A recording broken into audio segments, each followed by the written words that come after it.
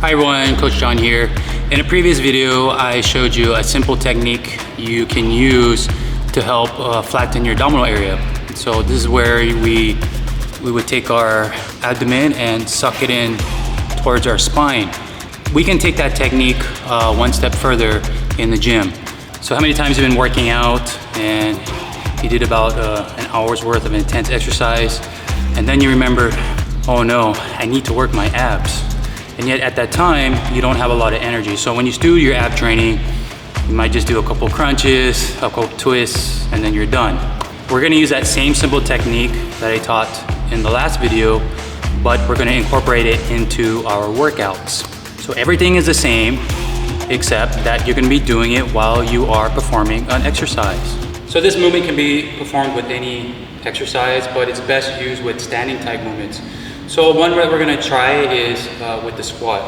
Just take your abdominal area here and you're going to suck in towards your spine, just like this. And you're going to contract it, keep it in place. So let's say we do the squat, we'll maintain that position and we'll do the squat. Just like this. All right, after you're done the set, then just relax.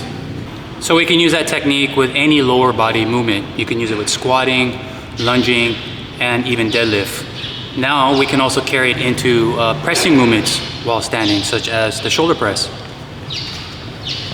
Take your abdominal area, suck it in all the way towards the back of your spine, and contract it, hold it in place, and go ahead and do your shoulder press.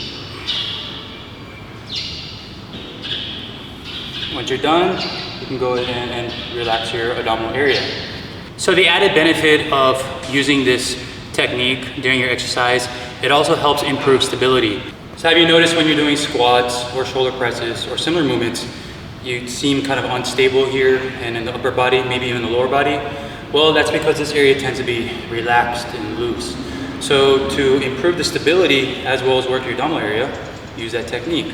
So instead of your shoulder press looking like that where you're struggling, squeeze your abdominal always to your spine, contract, and you'll see that your upper body and lower body will be more stable.